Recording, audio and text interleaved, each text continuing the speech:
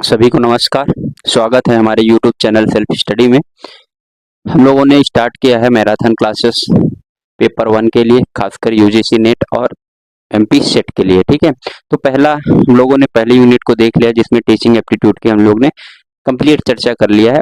और इसमें ज़्यादा लिख नहीं रहा हूँ क्योंकि टाइम ज़्यादा लगता है, तो मैं कोशिश ये करता हूँ कि मैं ज़्यादा से ज़्यादा पॉइंट आपको बोलता जाऊँगा तो आप नोट डाउन करते जाएंगे। ठीक है, और आपको इसमें ज़्यादा देखिए ध्यान ये नहीं देना है कि हम कितना नोट्स बना पा रहे हैं कितना नहीं। आप एक बार सुनिए क्योंकि आपने पहले भी पढ़ा हुआ, केवल ये क्लासेस रिवीजन के तौर पर आप यूज करिए तो आपका काम बढ़िया आसान हो जाएगा। इसलिए आप केवल सुनिए और 1 से 2 बार हो सके तो आप इसको वीडियो लगा के आप कान में हेडफोन ईयरफोन लगा के आप बार बार सुन सकते हैं। ठीक है, तो हम लोग आज ज्यादा बात नहीं करते हुए रिसर्च एप्टीट्यूड जो कि यूनिट सेकेंड है आपकी, इसमें पूरी चर्चा हम लोग करेंगे। कोशिश यही हमारी रहेगी 1 घंटे के अंदर सारी क्लासेस कवर हो जाए। ठीक है, तो शुरू करते हैं। ठीक है, तो अनुसंधान, रिसर्च मतलब अनुसंधान। रिसर्च मतलब होता क्या है? तो रिसर्च का सीधा सा मतलब है री और सर्च। जो चीजें सर्च की जा चुकी हैं लेकिन उसमें कुछ और इम्प्रूवमेंट करना है, कुछ और नए फैक्ट को जोड़ना है, इसलिए हम उसमें सर्च कर रहे हैं, उसी को रिसर्च कहते हैं। जैसे आजकल हम लोग रिसर्च करते रहते हैं, आज के नई जनरेशन के नए नए मार्केट में मोबाइल कौन से आए हैं, नई किताबें कौन से आई हैं, नए टीवी ईयरफोन, ये सारे चीज हम लोग रिसर्च करते रहते हैं। ठीक है ना, एक तरह से वो सर्च ही करते रहते हैं। रिसर्च इसलिए वो हो जाता है कि उसमें नए फीचर ऐड हो जाते हैं, इसलिए उसको रिसर्च कहा जाता है। तो रिसर्च के कुछ मैं प्रमुख बातें बताऊंगा। जैसे रिसर्च क्या है तो आप नोट डाउन कर लेंगे इसमें कि रिसर्च हमेशा वैज्ञानिकता पे आधारित होता है, ये वस्तुनिष्ठ होता है या फिर ऑब्जेक्टिव होता है, वैज्ञानिकता पर आधारित होता है ये, और इसमें नए फैक्ट हम लोग जोड़ा जाता है। ठीक है, उसके बाद रिसर्च के बाद थोड़ा सा हम आगे बढ़ते हैं तो कुछ कॉन्सेप्ट है। जैसे तत्व मीमांसा क्या है? मेटाफिजिक्स। तो मेटाफिजिक्स का सीधा मतलब यही, कभी एग्जाम में आ जाए कि मेटाफिजिक्स से आप क्या समझते हैं या फिर 4 ऑब्जेक्टिव आ जाए तो सत्य के स्वरूप को खोज करना ही मेटाफिजिक्स है। एक होता है तत्व मीमांसा, इसको मेटाफिजिक्स कहते हैं। ज्ञान मीमांसा एक होता है, इसको एपिस्टेमोलॉजी कहते हैं। इसमें ज्ञान का ज्ञान होना की बात कहते हैं, मतलब किस तरह से हम ज्ञान को प्राप्त करेंगे, ज्ञान का स्रोत क्या रहेगा, ज्ञान का मार्ग क्या रहेगा, ये ज्ञान मीमांसा में बात करेंगे। ज्ञान मीमांसा के जनक की अगर बात करें तो फ्रेडरिक फेरियर सर्वप्रथम इन्होंने इस्तेमाल किया। ठीक है, अब और कॉन्सेप्ट आते हैं थोड़ा सा इसी रिसर्च के टॉपिक में। अभी हम लोग स्टार्ट कर रहे हैं, उसके बाद धीरे धीरे आगे रिसर्च में। ठीक है, प्रत्यक्षवाद क्या होता है? इसको पॉजिटिविज्म कहा जाता है, तो इसके जनक अगर कहा जाए तो अगस्त कॉम्टे हैं। ठीक है, व्यापक दृष्टिकोण होता है प्रत्यक्षवाद में, मानवता के मूल्यों पर आधारित होता है, ये सबसे इंपॉर्टेंट है इसमें प्रत्यक्षवाद में। और इसमें तथ्यात्मक ज्ञान पर भरोसा किया जाता है और ज्ञान के वैध रूप में विश्वास होता है। फिर आगे आते हैं ओंटोलॉजी क्या है? ये ओंटोलॉजी इसमें प्रत्यक्षवाद के अंदर ही आता है। कुछ कुछ टर्म है हम लोग को समझने में समझ के चलेंगे। ठीक है, ओंटोलॉजी क्या है? ये सामाजिक वास्तविकता को दर्शाता है। ठीक है, ये कभी टर्म अगर आ जाए, ओंटोलॉजी क्या है? सामाजिक वास्तविकता को दर्शाता है। एपिस्टेमोलॉजी क्या है? ज्ञान प्राप्ति का ये ढंग है या फिर पद्धति है। एक्सियोलॉजी क्या है? ये इंपॉर्टेंट है, तो नैतिकता या फिर मूल्य से संबंधित है, जोड़ी मिलाने के लिए कभी कभी एग्जाम में आ जाता है। ठीक है, अब आता है कि उत्तर प्रत्यक्षवाद। हम लोगों ने प्रत्यक्षवाद में बात किया कि व्यापक दृष्टिकोण होता है, मान्यताओं पर केंद्रित होता है, ज्ञान पर केंद्रित होता है, फैक्ट रिलेटेड होता है। इसमें 2-3 टर्म हम लोगों ने बात किया। फिर उत्तर प्रत्यक्षवाद की बात करते हैं। पोस्ट पॉजिटिविज्म क्या है? तो इसमें विशेष अध्ययन किया जाता है। केवल इतना आप लोग इंपॉर्टेंट ये ध्यान रखिए कि इसमें विशेष अध्ययन की विधि इसमें रहती है। ठीक है ना, मतलब किससे रिलेटेड? रिसर्च से रिलेटेड।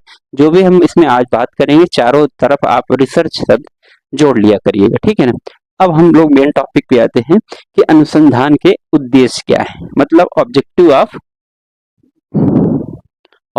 Of research. देखिए थोड़ा मैं लिखने में इंग्लिश से जरूर लिख देता हूँ लेकिन आप समझ जाइएगा कि उद्देश्य क्या है अनुसंधान के। इस तरह तो मैं एक एक करके बोलता जाऊंगा, ज्यादा हम लोग डिटेल में चर्चा नहीं करेंगे, बस थोड़ा थोड़ा हम लोग आपको समझाते जाएंगे, इससे आप समझ जाएंगे। देखिए, सबसे पहला उद्देश्य यह है कि नई घटना से परिचय। सिंपल सी बात है, रिसर्च का मतलब नई घटना से परिचय। दूसरा है नई अंतर्दृष्टि का विकास करना, नए कॉन्सेप्ट का विकास करना। तीसरा है ज्ञान का संश्लेषण, मतलब नॉलेज का जो है एनालिसिस करना। ठीक है, समस्याओं का समाधान करना अगली विशेषता है। और क्या विशेषता आपके हिसाब से हो सकती है? तो सामान्य मुद्दा जो है उसको अन्वेषण करना या फिर विश्लेषण करना, एनालिसिस करना, सिंथेसिस करना। ठीक है, और अगला क्या हमारा उद्देश्य हो सकता है? रिसर्च का और एक उद्देश्य हो सकता है नई प्रक्रिया का सृजन करना, मतलब क्रिएटिविटी डेवलप करना। ठीक है, वैज्ञानिकता का वेरिफिकेशन होता है रिसर्च के द्वारा, मतलब साइंटिफिक वेरिफिकेशन होता है रिसर्च के माध्यम से। ठीक है, ये तो आपका रहा क्या? अनुसंधान के उद्देश्य।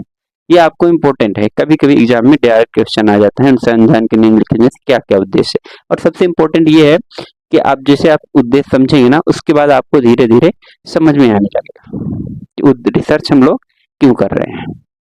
अब रिसर्च के उद्देश्य के बाद अगला टॉपिक और हेडिंग आता है, आप लोग रिवीजन के तौर पे लेंगे, रिसर्च की विशेषताएं, मतलब कैरेक्टरिस्टिक्स ऑफ रिसर्च, हिंदी में रिसर्च की विशेषताएं। तो रिसर्च की विशेषताओं के तौर पर हम लोग देख लेंगे क्या होता है। यहीं पर आपका बहुत सारा कॉन्सेप्ट क्लियर होने वाला है कि विशेषताओं की अगर हम लोग डिस्कशन कर लेंगे, क्योंकि ये लंबी क्लास नहीं है तो हम थोड़ा पॉइंट पॉइंट पे आएंगे और पॉइंट पॉइंट आप नोट डाउन कर लेंगे, समझ में आएगा। देखिए, सबसे पहली विशेषता है ऑब्जेक्टिविटी, मतलब वस्तुनिष्ठता। ये हर जगह हर समय एक ही जैसा होता है। ठीक है, जैसे कोई व्यक्ति मान लीजिए महात्मा गांधी पे रिसर्च कर रहा है, तो उनके बारे में जो जानकारी हर जगह मिलेगी तो वो हर जगह ही मिलेगी। सत्याग्रह उन्होंने किया, असहयोग किया, अंग्रेजों को भगाए, तो हर जगह वो मिलेगी। तो वस्तुनिष्ठता होती है किसी भी रिसर्च में। दूसरा होता है विश्वसनीयता, मतलब रिलायबिलिटी होती है। विश्वसनीयता से आप पॉइंट समझ रहे होंगे। वैधता होती है तीसरी पॉइंट, वैलिडिटी होता है। चौथा होता है आपका निश्चयात्मकता, मतलब कि डिफिनेटनेस, कि हाँ ये है ही। पांचवा होता है एक्यूरेसी। ठीक है, अगला वो है एक्सपेरिमेंटल, मतलब अनुभवात्मक होता है ये रिसर्च। हम हमेशा रिसर्च अगर आप करेंगे तो अनुभव मिलेगा। इसमें कार्य करने की महत्ता होती है, मतलब कि काज और इफेक्ट पे भी, कार्य और कारण की महत्ता भी काम करता है। काज और इफेक्ट, कोई भी कार्य हो रहा है तो किसी कारण से हो रहा है, तो क्या कार्य कारण की महत्ता पे बात करेगा। अनुसंधान चक्रीय होता है, ये इंपॉर्टेंट है, ये साइक्लिक होता है। ठीक है, ये घूमता है। लॉजिकल होता है। तो इतने सारे इसमें हैं, बहुत सारे और इसमें देख सकते हैं आप। जितने भी गुण होते हैं किसी चीज के ना, उसको आप जोड़ के रखिएगा। लेकिन 9-10 ये पॉइंट हमने बता दिया। अब इनके बारे में आप लोगों ने हमेशा पढ़ा हुआ, लेकिन मेरा काम अभी है क्विक रिवाइज कराना है। ठीक है, तो हम लोगों ने विशेषताओं की भी बात कर लिया। फिर अगला टर्म आता है कि हम अनुसंधान के प्रकार, टाइप्स की अब चर्चा करेंगे। देखिए, लाइन से हम लोग कर रहे हैं, रिसर्च के बारे में थोड़ा जाना, इसके उद्देश्य जाने, इसकी विशेषताएं जाने। अब इसके प्रकार की हम लोग बात कर लेंगे कि टाइप्स क्या क्या होते हैं। तो टाइप्स में डिवीजन है, ये एक बहुत बड़ा चार्ट बनता है, पर मैं आपको ये करूंगा जैसे ही मैं बोलता जाऊंगा, आप कुछ मत करिएगा, एक लाइन पे वर्टिकल लिखिएगा, आगे आगे मत लिखिएगा। एक लाइन पे ऊपर से लेके नीचे तक आप लिखते हैं, पहले लाइन पे ये, दूसरे में ये। ठीक है, उसके बाद फिर आप अपने हिसाब से डिकोड बाद में करते रहिए। ठीक है, तो हम सबसे पहले आते हैं कि अनुसंधान के प्रकार क्या होते हैं, रिसर्च के प्रकार कितने प्रकार से होते हैं। ठीक है, अब देखिए, पहला प्रकार है परिणाम के आधार पर, मतलब रिजल्ट के आधार पर। रिजल्ट के आधार पर दो प्रकार लिख लीजिए, मौलिक और व्यवहारिक। ठीक है, फंडामेंटल और बिहेवियर। ठीक है, दो हो गए। तीसरा आपका प्रकार है आगमन, निगमन, ठीक है, और मिश्रित। ये किसके आधार पर हो गए? आपका तर्क के आधार पर। तर्क के आधार पर कितने हुए? आगमन, निगमन। ठीक है, फिर आगमन निगमन के हम लोग आगे बात करेंगे। फिर और नीचे आप चले आएंगे कि प्रक्रिया के आधार पर। प्रक्रिया के आधार पर आप देखेंगे गुणा गुणात्मक, संरचित, असंरचित, ये होते हैं। प्रक्रिया के आधार पर मात्रात्मक और गुणात्मक होते हैं। अब आता है जांच के आधार पर। ठीक है, संरचित और असंरचित होता है। ठीक है। अवधारणा या फिर कॉन्सेप्ट के आधार पर वैचारिक और अनुभव सिद्ध होता है। तो उद्देश्य के आधार पर लास्ट में होता है वर्णनात्मक, डिस्क्रिप्टिव, सहसंबंधित, कोरिलेशन, व्याख्यात्मक, सन्वेशी और प्रायोगिक, इतने तरीके से। तो मैं एक बार में और दो अलग से लिख लीजिए, एक्स पोस्ट फैक्टो, घटनेतर और ऐतिहासिक, ये और दो तरीके से होगा। मैं एक बार पूरी लिस्ट फिर से बता देता हूँ कि देखिए, और उनके बारे में थोड़ा थोड़ा मौलिक की बात कर लेते हैं। मौलिक मतलब फंडामेंटल, जो बेसिक चीजें होती है जहाँ पे शुरुआती तौर पर रिसर्च किया जाता है, ठीक है, वो होता है मौलिक। व्यवहारिक होता है कि जब कोई रिसर्च की आप थ्योरी पढ़ने के बाद उसको प्रैक्टिकल अप्लाई करने लगे और व्यवहारिक तौर पर उसका रिसर्च करने लगे, प्रैक्टिकल, ठीक है। फिर अगला आता है आगमन और दूसरा आता है निगमन। तो आगमनात्मक रिसर्च क्या होता है कि हमेशा आगमन में हमेशा ये विशेष से लेके सामान्य की ओर चलता है। आप मान लीजिए रिसर्च करेंगे तो उसका पहले पूरा चीज जान लेंगे, कठिन चीजें, फिर ये उसको आप सामान्य तोड़ तोड़ के करेंगे। फिर आता है निगमन या फिर डिडक्टिव। इसमें क्या होता है, ये हमेशा आपका सामान्य से विशेष की ओर चलेगा। जो कोई भी रिसर्च आप करेंगे तो उसकी पहले छोटी मोटी जानकारी इकट्ठा करेंगे, फिर आप बढ़ते जाएंगे जटिलता की ओर। तो आगमन और निगमन में इंपॉर्टेंट यही है, डिडक्टिव और इंडक्टिव। डिडक्टिव में हमेशा सामान्य से विशेष की ओर चला जाता है, ठीक है। फिर अगला आता है मात्रात्मक, ये प्रक्रिया के आधार पर, ठीक है। मात्रात्मक और गुणात्मक और मिश्रित, ठीक है। मात्रात्मक क्वांटिटेटिव होता है, मतलब उसमें आप मेथड डाटा की बात करेंगे, उसमें आप आंकड़ों की बात करेंगे, गिनती की बात करेंगे, ठीक है, इसमें, ठीक है। उसके बाद गुणात्मक, इसमें आप क्वालिटी की बात करेंगे, हम जो कंटेंट दे रहे हैं, जिस बात में हम रिसर्च कर रहे हैं वो कितना वैल्यूएबल है, ठीक। मिश्रित, दोनों का कंटेंट और डाटा दोनों का वो होता है। संरचित और अनसंरचित और वैचारिक जांच के अंदर आधार पर, ये इंपोर्टेंट इतना नहीं है, आप टाइप जान लीजिए बस। अनुभव सिद्ध है मतलब एक्सपेरिमेंटल रिसर्च, हमेशा प्रकार में एक एक्सपेरिमेंटल होता है कि हम कोई रिसर्च कर रहे हैं तो हम पहले जो आप कभी जानकारी लिए हैं, पहले कभी रिसर्च कर चुके हैं, उस आधार पर हम लोग उसको आगे बढ़ाते हैं। फिर आता है आपको उसके बीच मतलब कॉन्सेप्ट के या फिर अवधारणा के बेस पे वर्णनात्मक, डिस्क्रिप्टिव रिसर्च क्या है, बहुत विशेष तरीके से बहुत ज्यादा व्याख्या के आधार पर उसको रिसर्च करना। अगला है सहसंबंधित, दो चरों के बीच, दो वेरिएबल्स होते हैं, दो रिसर्च मान लीजिए होता है, तो उनमें आपस में रिलेशन बैठा के उसमें चर्चा करना और शोध करना, ठीक है। व्याख्यात्मक डिस्क्रिप्टिव की तरह ही होता है। फिर समन्वयशी और प्रायोगिक, प्रैक्टिकल आप सब लोग को मालूम है, प्रैक्टिकल मतलब चीजों को थ्योरी के अलावा आगे देखना। X post facto, x post facto क्या है, घटनेतर। इसमें रिसर्च क्या होता है, जब कोई एक्सीडेंट हो जाता है या फिर कोई काम हो जाता है उसके बाद जो भी रिसर्च किया जाता है उसमें होता है, ठीक है, कोई घटना होने के बाद। ऐतिहासिक, हिस्टोरिकल है, पूरा आपका पिछले चीजों को, प्रीवियस चीजों को देख के आपका वहां पर रिसर्च किया जाता है, ठीक।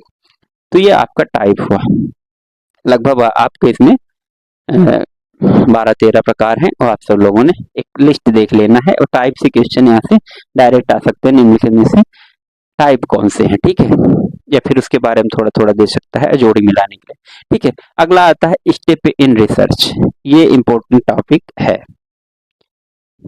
मतलब रिसर्च या फिर शोध में क्या क्या स्टेप हैं, क्या क्या स्टेप अपनाए जाते हैं, क्या क्या सोपान अपनाए जाते हैं जिसके माध्यम से रिसर्च को यहाँ पर किया जाता है। तो स्टेप इन रिसर्च की अगर हम लोग बात करें तो इसमें हम लोग देखेंगे ये कम से कम 7-8 स्टेप में है। तो सबसे पहला स्टेप्स है, इसको मैं लिखूंगा, स्टेप है। तो सबसे पहला स्टेप आप लिखेंगे अनुसंधान समस्या का सूत्रीकरण, मतलब फार्मूलेशन। सबसे पहला क्या है आप नोट करेंगे, अनुसंधान समस्या का सूत्रीकरण। अब इसमें क्या होता है, देखिए सूत्रीकरण करेंगे, सूत्रीकरण के तौर पे पहला आप डालेंगे, देखिए मैं पूरा लिखवा देता हूँ। पहले अनुसंधान समस्या का सूत्रीकरण पहला स्टेप, उसके आप नीचे लिखते जाइएगा अभिकल्प तैयार करना, दूसरा स्टेप है मतलब डिजाइन तैयार करना, तीसरा स्टेप है प्रदत्त संग्रह, ठीक है, उपकरण का विकसित करना, ठीक है, जो भी आपको इक्विपमेंट मिले हैं उसको विकसित करना, तीसरा स्टेप। चौथा स्टेप है न्यादर्श चयन, मतलब सैंपल का सिलेक्शन। पांचवा स्टेप है आपका अनुसंधान प्रस्ताव लिखना, मतलब प्रपोजल लिखना शोध के लिए। छठा है प्रदत्तों का एकत्रीकरण, मतलब इकट्ठा करना, ठीक है, जो भी है। फिर अगला है प्रदत्त प्रसंस्करण और विश्लेषण, और लास्ट आपका है शोध रिपोर्ट या फिर रिपोर्ट लिखना, ठीक है। इस तरह से हम लोगों ने देखा कि इस तरह से आपका स्टेप ऑन रिसर्च होता है, ठीक है ना। अब थोड़ी सी बात हम लोग करते हैं, जैसे अनुसंधान समस्या का सूत्रीकरण, उसके बाद उसमें कोष्टक में आप लिखेंगे साहित्य का अवलोकन और उद्देश्य बताना। इसका यही मतलब है कि सबसे पहले आप फॉर्मुलेशन कर लीजिए, पूरा खाका तैयार कर लीजिए। साहित्य का अवलोकन मतलब कि जो भी उससे रिलेटेड कोई पेपर्स है, कोई पहले से लिटरेचर है, उसके बारे में पढ़ लीजिए कि ऐसा कोई रिसर्च हुआ तो नहीं, या फिर हुआ है तो उसमें क्या स्टेप लगेंगे, और उसका उद्देश्य बना लेना। तो अनुसंधान समस्या का सूत्रीकरण पॉइंट के अंदर 2 सब पॉइंट आएंगे, साहित्य अवलोकन और उद्देश्य बनाना, ठीक।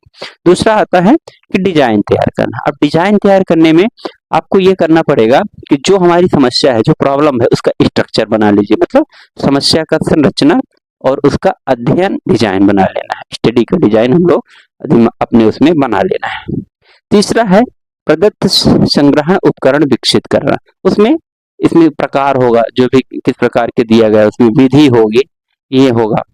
फिर न्यायादर्श चयन, सैंपल चयन मतलब न्यायादर्श के प्रकार, सैंपल के प्रकार किस प्रकार होंगे, और डिजाइन का निर्धारण आप लोग किस प्रकार करने वाले हैं।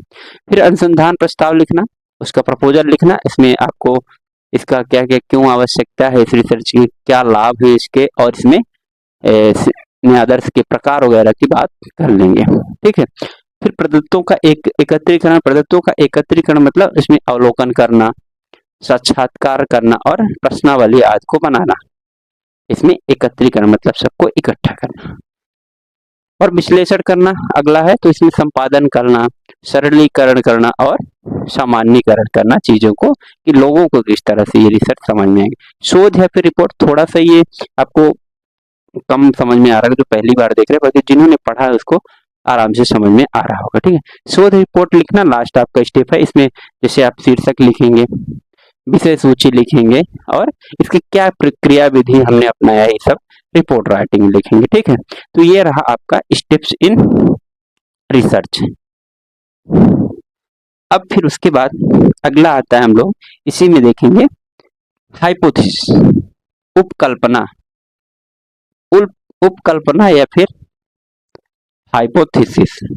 अब हाइपोथेसिस क्या कहलाते हैं, तो हाइपोथेसिस का सीधा मतलब है उपकल्पना, परिकल्पना दोनों कहते हैं, अभिकल्पना 3 इसके हैं, और अंग्रेजी में हाइपोथेसिस। तो इसका मतलब यही कि हमारे दिमाग में एक खाका तैयार करना, एक प्रेडिक्शन तैयार करना, और उसके आधार पर फिर उसमें रिसर्च करना। अगर हम लोगों ने परिकल्पना कर लिया है कि यूजीसी नेट का पेपर ऐसा आने वाला है, इतने मार्क्स का आने वाला, इस तरह क्वेश्चन आएंगे, फिर उसके हिसाब से हम अपनी प्लानिंग करेंगे, ओके। तो अभिकल्पना का सीधा मतलब यही है। अब अभिकल्पना के कुछ वो होते हैं, विशेषताएं होते हैं, ठीक है। और इसमें अभिकल्पना मोस्टली अगर देखा जाए तो ये प्रत्यक्ष अप्रत्याशित होता है, मतलब अप्रत्यक्ष होता है। इसमें जरूरी नहीं है कोई चीजें हो पाए, जो हम दिमाग में सोच रहे हैं वो क्लियर ही हो, वो सही ही हो, ठीक है। जो सोचा जाता है वो अप्रत्यक्ष होता है, ठीक ना, और एक अनुमान लगाया जाता है, ओके। फिर विशेषताएं की अगर बात करें तो हाइपोथेसिस की विशेषताएं क्या क्या होती हैं, तो यह एक हाइपोथेसिस एक अस्थायी कथन है। क्या है? अस्थायी कथन। दैट मीन्स कि ये पत्थर की लकीर नहीं है, ओके। फिर यह चरों के बीच तार्किकता का माहौल पैदा करता है, मतलब तार्किक संबंध स्थापित करता है। देखिए, जैसे हम लोग अगर किसी की बात में परिकल्पना नहीं देंगे, अनुमान नहीं लगाएंगे, तो आप तर्क लगा ही नहीं पाएंगे। हमको जाना है, मान लीजिए यहाँ से कहीं जाना है घूमने, जम्मू कश्मीर जाना है, तो हम लोग क्या हाइपोथेसिस लगाएंगे कि यार वहां पर बारिश हो रही होगी, वहां पर बर्फ जमा होगा, तो फिर हम तर्क लगाएंगे यार नहीं जाना चाहिए, फिर रोड से जाना चाहिए, हवाई जहाज से जाना चाहिए, तर्क लगाएंगे। तो ये हाइपोथेसिस से आता है। हाइपोथेसिस और क्या होना चाहिए विशेषताएं, ये बहुत सरल होना चाहिए, ज्यादा जटिल नहीं होना चाहिए कि समझ में ही ना आए। फिर क्योंकि आप ग्रुप में एक रिसर्च कर रहे हो, हम रिसर्च के इर्द गिर्द घूम रहे हैं, आप अगर साथ में ग्रुप में रिसर्च कर रहे हैं या फिर खुद भी कर रहे हैं तो ये बहुत सरल होना चाहिए कि सामने वाले को समझ में। सामान्यीकरण संभव, मतलब इसमें बहुत सरल भाषा में ये सब चीजें होना चाहिए। ये होता है रिसर्च के विशेषताएं। इसके कार्य क्या है, विशेषताएं हम लोगों ने बात किया। कार्य की अगर बात करें तो हाइपोथेसिस के कार्य क्या है, तो हाइपोथेसिस के कार्य की अगर बात करें तो इसमें शोध में स्पष्टता लाता है, नंबर एक। दूसरा, और विशिष्टता लाता है, स्पेसिफिकेशन लाता है। तीसरा, यह सैंपल डिजाइन या फिर न्यायादर्श में सहायता करते हैं, ठीक है। चौथा है, यह अध्ययन को अधिक वस्तुनिष्ठ करते हैं। पांचवा है, सिद्धांत विकसित करने में मददगार होते हैं। चार आप इसमें कार्य लिख लेंगे, आप नोट्स में अपने इसको डाल लीजिए, ओके। फिर आता है हम लोग कि परिकल्पना के प्रकार क्या है, टाइप्स क्या है, ठीक है। तो टाइप्स की अगर हम लोग बात करें तो एक वर्णनात्मक होता है, मतलब डिस्क्रिप्टिव हाइपोथेसिस। इसमें विशेषताएं होती हैं, उनका वर्णन किया जाता है। एग्जाम्पल के तौर पर अगर हम लोग बात करें, जैसे कहा जाए इसमें डिस्क्रिप्टिव में कि भारत के लगभग ग्रामीण क्षेत्रों में 80% से ज्यादा लोग खेती करते हैं। ये एक क्या है, डिस्क्रिप्टिव आपका वो है, हाइपोथेसिस, मतलब हम लोग अनुमान लगाया गया। और आप जाके देखेंगे फिर हाइपोथेसिस में हमेशा जाके उसमें क्रॉस चेक करना पड़ता है, उसके बाद फिर वेरिफिकेशन होता है कि जो कहा गया वो सही है कि नहीं, ठीक। तो ये एग्जाम्पल है डिस्क्रिप्टिव। तो दूसरा आता है आपका सापेक्ष या संबंध परक, मतलब रिलेटिव, रिलेशनल या फिर रिलेटिव हाइपोथेसिस की बात करें तो इसमें दो चरों के बीच के यहाँ पर हमेशा कंपेयर किया जाता है। एग्जाम्पल के तौर पर इसमें मान लीजिए ये कहा जाए कि सिटी में जो रहने वाले पेरेंट्स है, शहरों में रहने वाले माता पिता, वो अपने बच्चों की शिक्षा पे ज्यादा खर्चा करते हैं, ठीक है। ये कहा किसके कंपेयर में, गांव के अपेक्षा में। तो यहाँ पर कंपेयर हो रहा है दो में, संबंध पर, ये हाइपोथेसिस है। ये सही भी हो सकता है, नहीं भी सही हो सकता है। हाइपोथेसिस हमेशा यही सेम उसमें चलता है, सही भी है या फिर गलत। फिर तीसरा नंबर का आता है व्याख्यात्मक या फिर एक्सप्लानेटरी। इसमें एक्सप्लेन किया जाता है, मतलब एक कारण और कारक, कारण और कार्य के सिद्धांत पे काम करते हैं। एग्जाम्पल के तौर पर व्याख्यात्मक की बात करेंगे, तीसरा है ना। व्याख्यात्मक में ये होता है कि आप देखेंगे, जैसे कहा जाए कि अगर इंसान की आमदनी बढ़ेगी तो उसकी जीवन अच्छे से चलेगा, मतलब उसका जब इंसान की आमदनी बढ़ेगी तो उसका जीवन स्तर, फिर लिविंग स्टाइल बढ़ेगा। तो इसमें है ना कि व्याख्या किया जा रहा है, जीवन स्तर बढ़ा तो उसका सॉरी आमदनी बढ़े तो उसका जीवन स्तर बढ़ा। ये हर केस में नहीं होता है अच्छा, किसी की आमदनी अच्छी भी हो सकती है तो जीवन स्तर बढ़े या ना बढ़े ये नहीं, पर ये ज्यादातर संभव है। ये एक हाइपोथेसिस।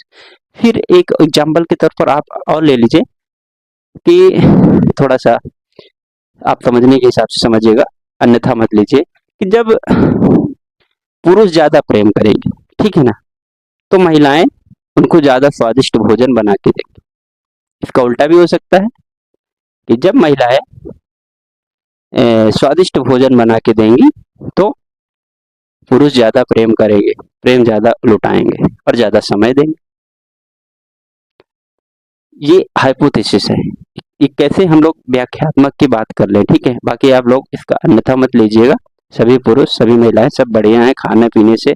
इसका ये नहीं कि केवल महिलाएं खाने पीने से ही प्रेम पाती हैं, नहीं, ठीक है, बहुत सारे आजकल तो सब बराबर, ठीक है। तो एग्जाम्पल के तौर पर हमने व्याख्यात्मक में देखा, इसमें यह है कारण और कारण और कार्य का सिद्धांत काम करता है। कारण के कारण नया कार्य उत्पन्न होता है। तीन तरीके से हम लोगों ने इसको देखा। एक आता है शून्य या फिर रिक्त हाइपोथेसिस। रिक्त हाइपोथेसिस का ये मतलब है कि इसके प्रतिपादक एक है R A Fisher. R A Fisher है, इसमें क्या होता है, ये मान के चलते हैं कि जिनके चरों के बीच में अध्ययन हम कर रहे हैं वो कोई संबंध ही नहीं, जिनका हम अध्ययन कर रहे हैं वो कोई संबंध ही नहीं है। एग्जाम्पल के तौर पर आप अगर देखें कि आम प्रचलन क्या है कि कोचिंग में स्टूडेंट में सुधार आता है, ये है प्रचलन कि अगर बच्चा कोचिंग करेगा तो सुधार आता है। लेकिन नल हाइपोथेसिस, शून्य हाइपोथेसिस ये कहता है कि कोई सुधार आता ही नहीं, मतलब वैसा का वैसा ही स्टूडेंट है। ठीक है, अब ये फिर कैसे क्लियर होता है, तो उसमें डाटा निकाला जाता है, ये रिकॉर्ड निकाला जाता है, उसके बाद मैच कराया जाता है कि हाँ बच्चा हुआ है नहीं, सुधरा है कि नहीं। तो इस तरह नल हाइपोथेसिस। नल हाइपोथेसिस में थोड़ा सा एक नोट आप डाउन कर लेंगे कि नोट में क्या है, यदि शून्य, ठीक है, यदि शून्य हाइपोथेसिस को अस्वीकार किया जाए, मतलब ना माना जाए, तो वह वैकल्पिक हाइपोथेसिस को स्वीकार करेगा। सिंपल था, शून्य हाइपोथेसिस नहीं स्वीकार किया गया तो वैकल्पिक हाइपोथेसिस वहां पर स्वीकार किया जाता है अपने आप। ठीक है, एग्जाम्पल के तौर पर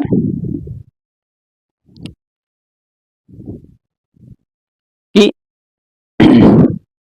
स्कूल में स्टूडेंट, ये कहा जाता है कि सिटी के बच्चे अच्छा प्रदर्शन करते हैं पढ़ाई लिखाई में और ग्रामीण के बच्चे कम।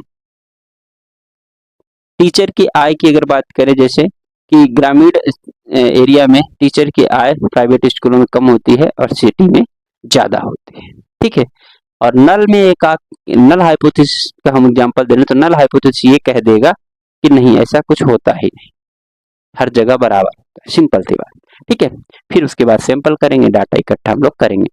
अगला आता है दिशात्मक, एक आता है प्रकार दिशात्मक और गैर दिशात्मक, डायरेक्शनल और नॉन डायरेक्शनल। इसमें ये क्या होता है कि शून्य परिकल्पना क्या होती है, शून्य परिकल्पना हमेशा बराबर का भावना लाता है, और दिशात्मक में ये होता है कि इसमें वैल्यू कुछ बता दिया जाता है, जैसे कि शहरी छात्र 10% ज्यादा होशियार होते हैं ग्रामीण छात्रों से। ऐसा होता नहीं, पर मैं बता रहा हूँ कि शहरी छात्र 10% होशियार होते हैं ग्रामीण छात्र। इसमें डाटा हमेशा लेस देन, ग्रेटर देन, ये सारे सिंबल यूज किए जाते हैं। ठीक है, फिर ये डायरेक्शनल की बात कर रहा हूँ। दिशात्मक, गैर दिशात्मक एक हाइपोथेसिस होता है।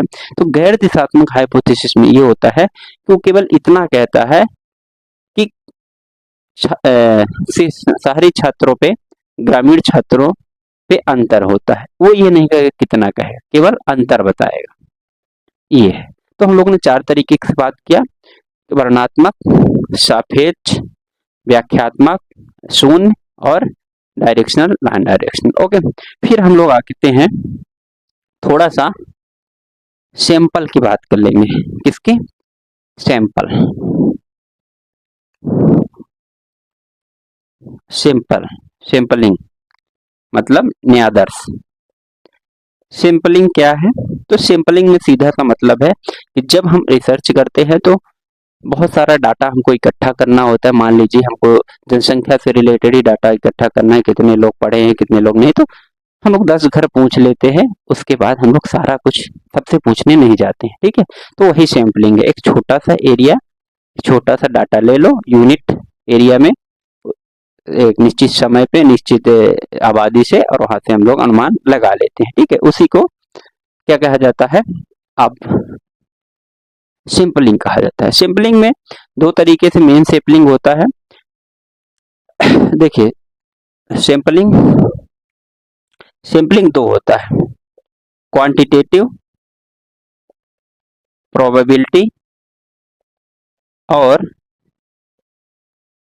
एक आपका होता है non probability, sorry non probability. इसमें अंतर समझिएगा।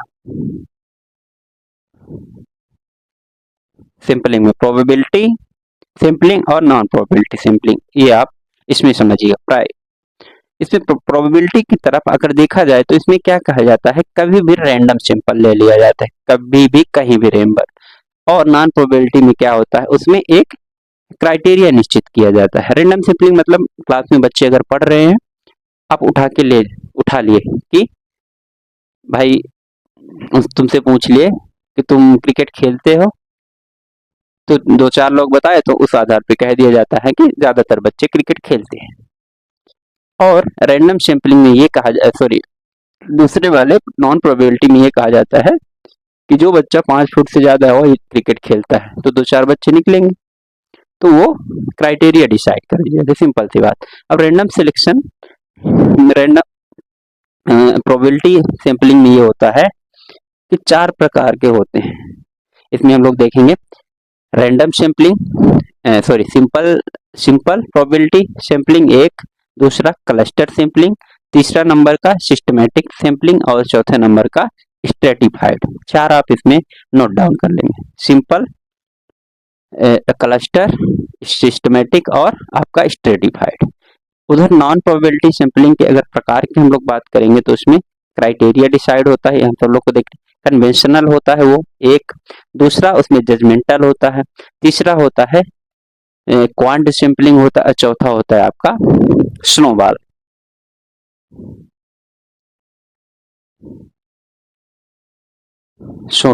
ठीक है, तो इस तरह से 4 तरीके होते हैं सैंपलिंग के, इसमें प्रकार होते हैं, इसमें ज्यादा हम लोग बात नहीं करेंगे। और हाँ, आपको अगर ये इस वीडियो में मैं ज्यादा लिख नहीं रहा हूँ क्योंकि मुझे जल्दी कवर करना है और ज्यादा कंटेंट देना है। पिछले हम लोगों ने 2 महीने पहले आप लोग देखेंगे, प्लेलिस्ट में जाएंगे, एमपी सेट का एमपी सेट यूजीसी नेट का पेपर 1 का हमने वीडियो डाल रखा, वहां भी टीचिंग एप्टीट्यूड का पूरा लेक्चर है, ऐसे ही मैराथन क्लास, उसमें मैंने लिख लिख के बहुत अच्छे से पढ़ाया हुआ, वहां पे आप देख सकते हैं। ठीक है, बाकी आप हम लोग आगे बढ़ते हैं क्योंकि हमारा काम केवल अभी रिवाइज कराना। ठीक है दोस्तों, तो ज्यादा ये मत सोचिएगा कि मैं ज्यादा लिख क्यों नहीं रहा हूँ, मैं ज्यादा बोल रहा हूँ, उसमें आप ध्यान दीजिएगा। ठीक है, और उसको आप अगर लिखते जाएंगे थोड़ा थोड़ा तो आपको समझ में आएगा, नहीं भी आएगा तो एग्जाम में आपको याद आता जाएगा। ठीक है, ऑब्जर्वेशन थोड़ा जानते हैं, ऑब्जर्वेशन मतलब सर्वेक्षण क्या होता है। तो ऑब्जर्वेशन 3-4 प्रकार के होते हैं, संरचित होता है, असंरचित होता है, प्रतिभागी होता है, गैर प्रतिभागी होता है और अंधावलोकन होता है। 3-4-5-6 प्रकार का आपका टाइप लिख लेंगे बस, इसमें एक क्वेश्चन कभी आ जाए तो आ जाए, नहीं तो ज्यादा इंपॉर्टेंट नहीं है। अब रिसर्च की थोड़ा सा यहाँ पर देखिएगा, रिसर्च के रिपोर्ट फॉर्मेटिंग करना है आपको। रिपोर्ट फॉर्मेटिंग किस प्रकार से करना है वो आप देखिएगा। तो इसमें सबसे हेडिंग क्या है, रिसर्च की रिपोर्ट फॉर्मेटिंग। तो इसमें सबसे पहले टाइटल आएगा, क्या आएगा, शीर्षक आएगा, दूसरा आएगा टेबल कंटेंट मतलब विषय वस्तु, तीसरे नंबर के अगर हम लोग बात करें तो क्या आएगा, सिनॉप्सिस। सिनॉप्सिस मतलब सार या फिर सारांश। फिर क्या आएगा, सिनॉप्सिस के बाद आपका वो ये आपका 3 चीजें जो है प्रारंभिक स्टेज है किसका, रिसर्च रिपोर्ट का फॉर्मेटिंग करने पर। फिर मेन बॉडी में क्या क्या आएगा, मेन बॉडी पर आपका आएगा नंबर 1 में इंट्रोडक्शन या फिर परिचय, दूसरे नंबर आपका साहित्य समीक्षा, देखिए मैं लिख देता हूं, मेन बॉडी पे इंट्रो, लिटरेचर रिव्यू, साहित्य समीक्षा। ठीक है, इंट्रोडक्शन का क्या आप हिंदी में लिखेंगे, परिचय, साहित्य समीक्षा। उसके बाद फिर आता है क्रिया विधि मतलब प्रोसेस। ठीक है, फिर आता है आपका रिजल्ट, विचार और निष्कर्ष। रिजल्ट, विचार और लास्ट में आपका आता है निष्कर्ष। ठीक है, ये आपका यहाँ पर कंप्लीट होता है रिसर्च के रिपोर्ट की फॉर्मेटिंग किस प्रकार किया जाता है। टाइटल बनाएंगे, टेबल कंटेंट, सिनॉप्सिस ये प्रारंभिक उसका स्टेज होता है, इंट्रो रहेगा, लिटरेचर रिव्यू, क्रिया विधि, ये आपका रिजल्ट रहेगा, फिर आपका विचार रहेगा, आपका निष्कर्ष होगा। इस तरह से आपके सैंपलिंग के फॉर्मेटिंग आप लोग कर लेंगे। ठीक है, पूरक सामग्री क्या है, हाँ इसमें ये भी देख लेगा। ठीक है ना, ये होगा प्रारंभिक मेन बॉडी, तीसरा होगा पूरक सामग्री मतलब सप्लीमेंट्री मटेरियल क्या क्या रहेगा। तो पूरक सामग्री में अगर हम लोग बात करें तो इसमें बिब्लियोग्राफी, संदर्भ और परिशिष्ट, बिब्लियोग्राफी और इसको संदर्भ कहते हैं। ठीक है, और अपेंडिक्स,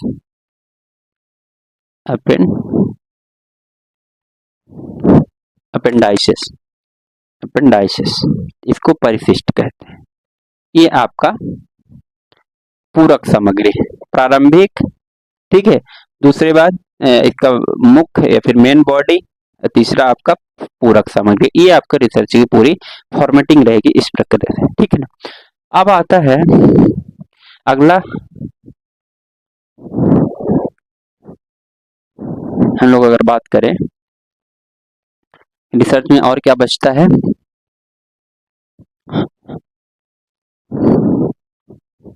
हाँ रिसर्च की स्वरूप शैलियां, फॉर्मेटिंग स्टाइल अगर बात करें तो फॉर्मेटिंग स्टाइल आप लोग देखिएगा, सबसे ऊपर लेखक का नाम लिखिएगा, लेखक का नाम, दूसरे उसमें पुस्तक या फिर लेख या फिर शीर्षक, पुस्तक या फिर लेख का शीर्षक रहेगा, तीसरे नंबर पर जर्नल शीर्षक रहेगा, चौथा रहेगा आपका प्रकाशन का वर्ष रहेगा, पांचवा आपका प्रकाशन रहेगा, छठा आपका रहेगा प्रकाशन का स्थान, और लास्ट में आपका पृष्ठ संख्या। इस तरह से क्या रहेगा, फॉर्मेटिंग स्टाइल रहता है। फॉर्मेटिंग स्टाइल दो संस्थाओं द्वारा, जैसे एपीए अमेरिकन साइकोलॉजिकल एसोसिएशन और एक एमएलए होता है, मॉडर्न लैंग्वेज एसोसिएशन, इनके द्वारा डिसाइड किया जाता है, ठीक है। फिर अब कुछ टर्म आएंगे, जैसे कुछ शब्दावलियां आएंगे जो इंपॉर्टेंट है। डिसर्टेशन एंड थीसिस, इसमें अंतर क्या है, देखिए डिसर्टेशन और थीसिस को समझने से पहले ये हम समझेंगे इनका हिंदी में शोध निबंध डिसर्टेशन को कहते हैं, और थीसिस को क्या कहते हैं, शोध प्रबंध। ओके, निबंध प्रबंध, डिसर्टेशन निबंध, थीसिस प्रबंध, ठीक है। तो डिसर्टेशन मेनली क्या होता है कि पीजी की डिग्रियां होती है, डिग्री करने के लिए जो जब हम लोग डिसर्टेशन देते हैं, लास्ट में सबमिट करते हैं, तो हमको पीजी की डिग्री मिलती है। थीसिस में क्या होता है, थीसिस जब हम सबमिट करते हैं तो पीएचडी की डिग्री मिलती है। ये भारत की कंडीशन है, आप समझिए, ठीक है। डिसर्टेशन में जैसे एमटेक हो गया, एमएससी हो गया, एमफिल हो गया, ये सब डिसर्टेशन के माध्यम से दिया जाता है। डिसर्टेशन में सब्जेक्ट क्या होता है, डिसर्टेशन में मोस्टली कम समय लगता है एज कंपेयर टू थीसिस। तो डिसर्टेशन में क्या होता है, शिक्षार्थी किसी एक विशेष वस्तु पर प्रोजेक्ट बना के या फिर फाइल बना के जमा कर देता है, या फिर उसका निष्कर्ष निकाल के टीचर को दिखा देता है। और पीएचडी में करते समय थीसिस में क्या करता है, थीसिस थोड़ा टाइम टेकिंग रहता है, ज्यादा समय इसमें लगता है, और इसमें क्या होता है कि जो वास्तविक अनुसंधान है, वास्तविक रिसर्च है, एकदम जाके गहराई तक किया गया है एक बहुत छोटे टॉपिक पे, उसका इसमें कंटेंट मटेरियल जमा किया जाता है। ये इंडिया की हालत है। सेम इसका उल्टा यूरोपीय कंट्री में है, वहां पर थीसिस हमेशा इसमें यहाँ पर जमा की जाती है, मतलब आपको स्नातकोत्तर क्लासेस में, और डिसर्टेशन पीएचडी में। ओके, तो ये डिसर्टेशन और क्या हुआ, इसमें हम लोग डिफरेंस। फिर अगला टॉपिक ये आता है रिसर्च एथिक्स। रिसर्च एथिक्स मतलब शोध नैतिकता। शोध नैतिकता की अगर बात करें तो इसमें यही है कि रिसर्च करते समय नैतिकता का जुड़ा होना ही क्या कहलाता है, आपका रिसर्च एथिक्स के अंतर्गत आता है, ठीक है। रिसर्च इसमें जैसे आचार विषयक दृष्टिकोण हो गए, नैतिक संदेहवाचक दृष्टिकोण होंगे, उपयोगितावाद दृष्टिकोण होगा। देखिए आचार विषयक दृष्टिकोण मतलब इसमें सार्वभौमिकता होगी, यूनिवर्सलाइजेशन होगा, ठीक है। इसको डेंटोलॉजिकल अप्रोच कहते हैं। भौतिक संदेहवाद दृष्टिकोण में क्या होता है, ये इथिकल होता है, सापेक्ष, एक दूसरे से दो चरों को इसमें कंपेयर किया जाता है। उपयोगितावाद का दृष्टिकोण क्या कहता है नैतिकता के संबंध में, ये कहता है कि जैसे कोई भी हम रिसर्च कर रहे हैं तो उसका लाभ हानि पहले देख ले, अगर लाभ हो रहा है तो मतलब वो नैतिक रिसर्च है, सिंपल सी बात है, ठीक है। यही है मतलब उसमें नैतिकता का जुड़ा होना, कि सही है कि गलत है, सिंपल सा एक ही मुद्दा है, सही है फिर गलत का पहचान करना और उसमें डिफरेंशिएट करना ही नैतिकता है। Okay, stake holder in research अगला टॉपिक है। स्टेक होल्डर इन रिसर्च मतलब रिसर्च में स्टेक होल्डर कौन है, तो स्टेक होल्डर में जिससे हम आंकड़े लेते हैं, सबको मालूम है शोधकर्ता खुद एक स्टेक होल्डर है। जो फाइनेंशियल एजेंसी होती है रिसर्च के लिए जो पैसा लगाती है वो है स्टेक होल्डर, और ये पूरा हमारा समाज, चार तरीके से स्टेक होल्डर रिसर्च में काम करते हैं, ठीक है। फिर कुछ कुछ ऐसे होते हैं, हम लोग रिसर्च एथिक्स में ही बात करते हैं कि नैतिकता में मतलब शोधकर्ताओं के लिए क्या क्या नैतिक मुद्दे हो सकते हैं जिससे शोध अच्छा रहे और नैतिक रहे। तो इसमें सबसे पहला देखिए जैसे कि पूर्वाग्रह से इंसान को बचना चाहिए। ठीक है, पूर्वाग्रह से ये नहीं कि हम अगर रिसर्च करने जा रहे हैं तो अरे यार ये तो ऐसे होगा ही नहीं, ये पहले से ऐसा नहीं, आप पॉजिटिव रहिए। दूसरा, उपचार के प्रावधान या फिर प्रावधान का पहले से वो करना चाहिए व्यवस्था, ये खासकर चिकित्सा वाले रिसर्च में होता है। अनुचित शोध पद्धति, अनुचित शोध पद्धति का प्रयोग करना, ये क्या है, ये नैतिकता नहीं है। ठीक है, नैतिक होने के लिए आपको क्या होना चाहिए कि उचित शोध पद्धति का उपयोग करना चाहिए। गलत रिपोर्टिंग, इससे बचना चाहिए आपको। अनुचित डाटा से बचना, जानकारी का अनुचित उपयोग, इससे भी बचना चाहिए। ये आपको नैतिकता, नैतिक मुद्दे को बढ़ावा देने वाला है। ठीक है, अब आपको जैसे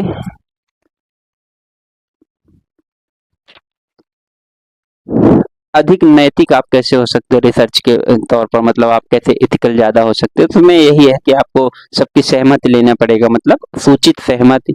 दूसरा नंबर पर आपका रक्षात्मक अनुसंधान करें, मतलब रक्षात्मक अनुसंधान।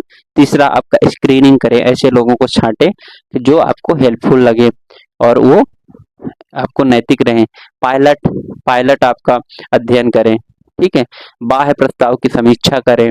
फिर उसके बाद आता है समव्यवहारिक कानून, मतलब प्रोफेशनल जो लॉ बने हुए हैं, समूह बने हुए हैं, उस प्रोफेशन की तरह आप रिसर्च करें। फिर उसके बाद सरकार के नियमों का पालन करें। ओके, फिर कुछ छोटे छोटे बहुत टर्म छोटे आते हैं, जैसे पेपर प्रेजेंटेशन, पेपर प्रेजेंटेशन, उसके बाद आर्टिकल, लेख, ये क्या होते हैं। तो पेपर प्रेजेंटेशन क्या है, जो हम डाटा इकट्ठा करते हैं उसको एक पेपर के रूप में, जैसे A4 साइज के पेपर में हुआ, चार्ट के रूप में हुआ, मतलब कुल मिला के प्रकाशन करना। क्या करना, प्रकाशन करना किसका, पेपर का। ठीक है, पन्ने का, निबंध का, एसे का, इस सब का प्रकाशन करना। फिर आता है पेपर आर्टिकल। आर्टिकल क्या होता है, आर्टिकल सिंपल से मतलब है शोध को प्रसारित करते हैं। आर्टिकल में हम अपने शोध को या फिर रिसर्च को हमेशा प्रसारित करते हैं, और ये एक तरह से रिकॉर्ड रखा जाता है, रिकॉर्ड के तौर पर प्रकाशित कर देंगे, रिकॉर्ड बन जाएगा। ओके, वर्णनात्मक, प्रेरक और नैरेटिव, इस तरह के कुछ बहुत सारे आर्टिकल होते हैं, आप सब देखते हैं न्यूज़पेपर में आते हैं। अगला आता है संगोष्ठी। संगोष्ठी, संगोष्ठी या फिर सिंपोजियम, सिंपोजियम कहते हैं इसको। यह औपचारिक क्या होता है कि एक औपचारिक मतलब ज्यादा विषय बड़ा होता है, ये औपचारिक होता है, ये बड़े विषय को एक लघु रूप में हमेशा प्रस्तुत करते हैं, संबोधित करते हैं। ठीक है, फिर उसमें बाद में प्रश्नों का इसमें उत्तर भी दिया जाता है, आप लोगों ने संगोष्ठी देखा होगा। फिर एक है कोलोकियम या फिर संवर्धन, इसको क्या कहते हैं, ये शैक्षिक सभाएं होती है। ठीक है, विशेषज्ञ लोग उसमें होते हैं, और शैक्षिक इसमें मेनली जो ट्रेन्ड पर्सन होते हैं, शिक्षण से जुड़े लोग होते हैं, वो कोलिकियम कहलाते हैं या फिर संवर्धन कहलाता है। फिर सम्मेलन, सम्मेलन या फिर कॉन्फ्रेंस।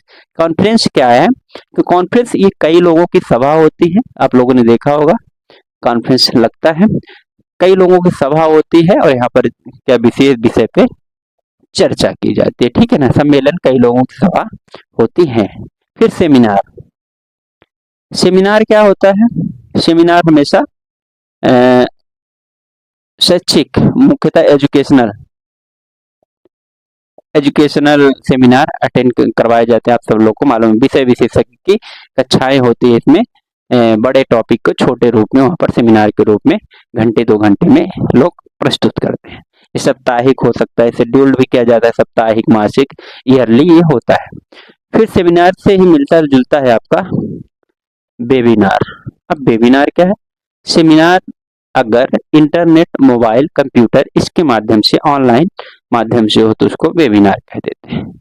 तो इतने से रिसर्च में आप लोगों को इतने ही टॉपिक काम के हैं और जो आपकी एग्जामिनेशन में आने वाले हैं। फिर एक लास्ट हेडिंग है आपका आईसीटी इन रिसर्च, मतलब रिसर्च में आईसीटी का किस तरह से इस्तेमाल किया जाता है और किया जाना।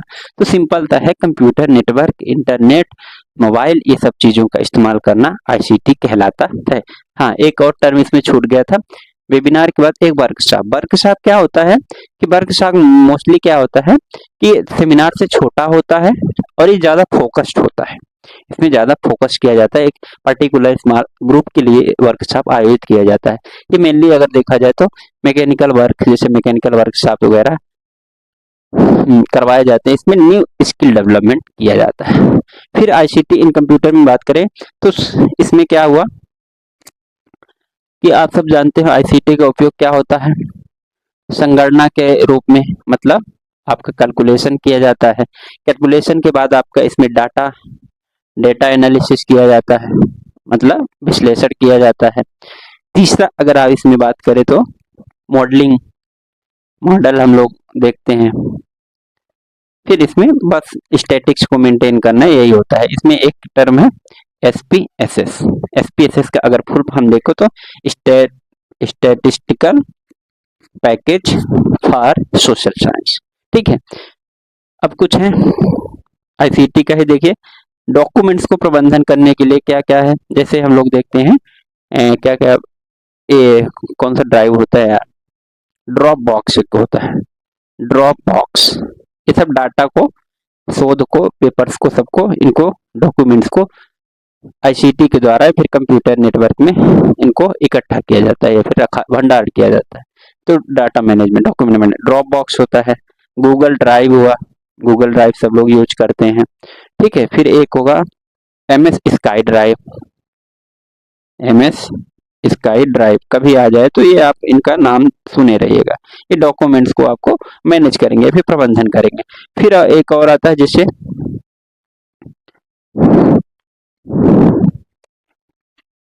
हाँ, स्प्रेडशीट क्या होता है। स्प्रेडशीट आप सबको पता है, यूज भी करते हैं। इसमें वर्टिकल कॉलम और हॉरिजॉन्टल कॉलम होते हैं, रो होता है, जिसमें हम लोग डाटा को बहुत सारा मेंटेन करते हैं और बनाते हैं। डीबीएमएस डाटाबेस मैनेजमेंट सिस्टम भी ये काम करता है। कुछ ब्राउजर है जिनमें हम लोग ये रिसर्च पेपर वगैरह सबको देखते हैं। जैसे ब्राउजर के अगर नाम देखें तो ब्राउजर आगे हम लोग उस यूनिट में पढ़े, हालांकि माइक्रोसॉफ्ट हो गया, मोजिला फायरफॉक्स या गूगल क्रोम हुआ, ये सब क्या है आपके ब्राउजर है। फिर रिग्रेट टूल्स, रिग्रेट टूल्स के नाम से अगर देखे जाए तो जोटेरो और इवरनोट क्या है, सॉरी अरे यार रिग्रेट नहीं, रिसर्च टूल अगर बात करें कंप्यूटर से संबंधित है, ये आप दो इसमें रिसर्च टूल याद रख लीजिएगा, जोइट्रो, ZOETER, जोइट्रो, और एक इवरनोट। ये आपके हुए रिसर्च टूल जो आपके उपयोग आने वाले हैं रिसर्च में। तो इस तरह से हम लोगों ने पूरे यूनिट को कवर कर लिया है। हाँ, मैंने ज्यादा इसमें लिखा नहीं है, मैंने बोला है, और उसको आप सिनॉप्सिस बनाते जाएंगे क्योंकि आप रिवीजन कर रहे हैं और आपको सारी चीजें आती है। तो हम लोगों ने इस यूनिट को भी यहाँ पर कंप्लीट कर लिया। उसके बाद अगली यूनिट की हम लोग बात करेंगे अगले वीडियो में। तब तक आप इस वीडियो को एक बार, 2 बार, हो सके तो 2 बार में मैक्सिमम है, 2 बार से ज्यादा नहीं देखना है। और मैं तो ये रिकमेंड करूंगा आपको, आप प्ले लिस्ट में जाएंगे तो यूजीसी नेट पेपर 1 की प्ले लिस्ट में पहले वीडियो डले 1-2 महीने पहले के, मई महीने में है, उसमें इस तरह की मैराथन, उसको भी आप देख लेंगे तो बहुत ज्यादा फायदा मिलेगा। ओके, आपका रिवीजन बार बार हो जाएगा। तो इस तरह से हम लोगों ने यूनिट 2 रिसर्च एप्टीट्यूड को कंप्लीट कर लिया है यूजीसी नेट पेपर 1 के लिए। अब आगे हम लोग अगले यूनिट की बात करेंगे। तब तक आप पढ़ते रहिए, और जो भी आपको डाउट लगे, जो भी आपका कमेंट करने का मन हो, आप कमेंट कर दिया करें। ठीक है, कोई हिचकिचाहट नहीं है यहाँ पर। ठीक है, तो धन्यवाद, जय हिंद।